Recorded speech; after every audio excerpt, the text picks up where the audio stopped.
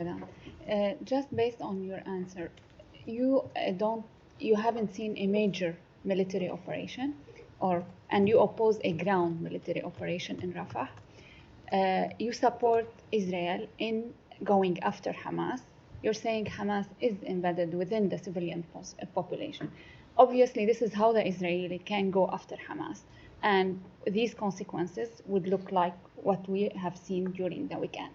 So, just can you say on the record that you support what's taking place now without calling it a major military operation or a target military operation? Just can you give us an answer whether you support what's happening and what's taking place the way it's taking place now in Rafah? We support efforts to defeat Hamas, and we have supported those efforts since October 7th.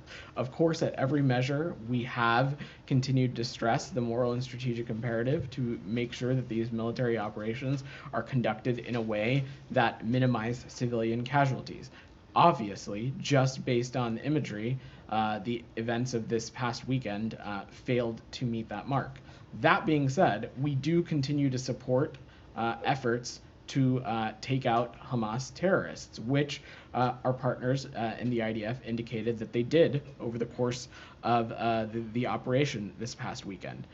So again, we support efforts to take out Hamas. We, of course, also will continue to stress that they need to be conducted in ways that do not impede humanitarian aid access, that do not put undue risk at civilians, Palestinian civilians within Gaza.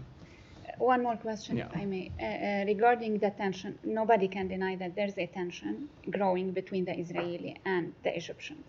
Now we have a delegation, the White House is sending a delegation. To what extent the State Department, this department, is engaged in at least avoiding this escalation? So one of the first things that we talked about in the immediate aftermath of the horrific October 7th terrorist attacks was a necessity to ensure that all regional parties had a responsibility to make sure that this conflict didn't spread and that tensions didn't rise unnecessarily.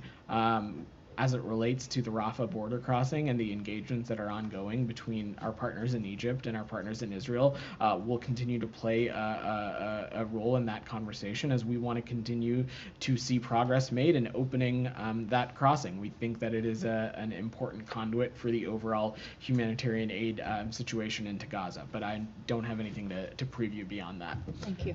Willie, go ahead.